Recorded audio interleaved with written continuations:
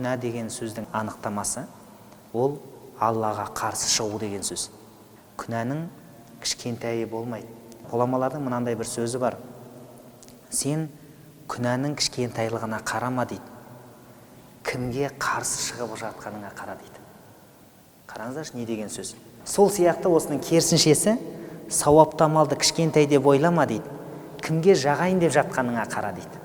Кімде-кім бір кішкентай, мынауда тұрған не бар? Біреуге бір сусын беру, немесе біреу жетімнің басынан сипауда тұрған не бар деу мүмкін. Бірақ оны кішкентай деп ойлама сауапты амалды.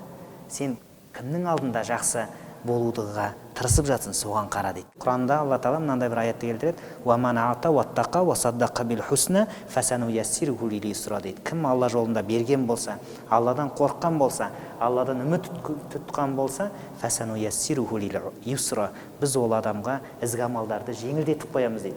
Күнәлі істеді сол сияқты.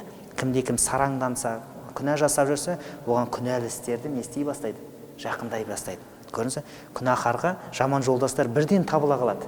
Мысалы, біреулер жаңағы харам нәрсені ішуді бастаса, бірден айналасына қайдан келгені белгісіз адамдар топтала қалады. Соның өздерінің жолдастары табыла қалады деген сияқты. Алла сақтасын.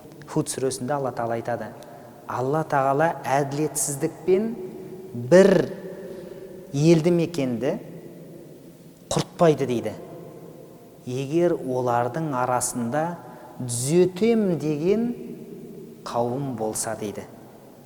Алла Тағала бір күнә жасап жатқан қауымға азап түсірмейді екен, егер де оның ішінде сол күнәлардан тыям деген адамдар болатын болса.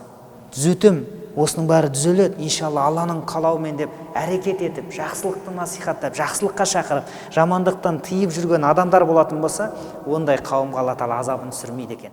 Алла Тағала Құранда «Кунтум хайра умматин ухриджат линнас» дейді.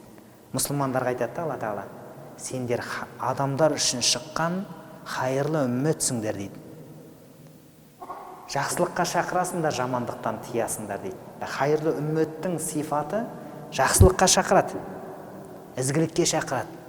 Жақсылыққа шақырып, жамандықтан тыю қашанда Алланың азабынан құтқаратын үлкен іс болып есептелінеді екен.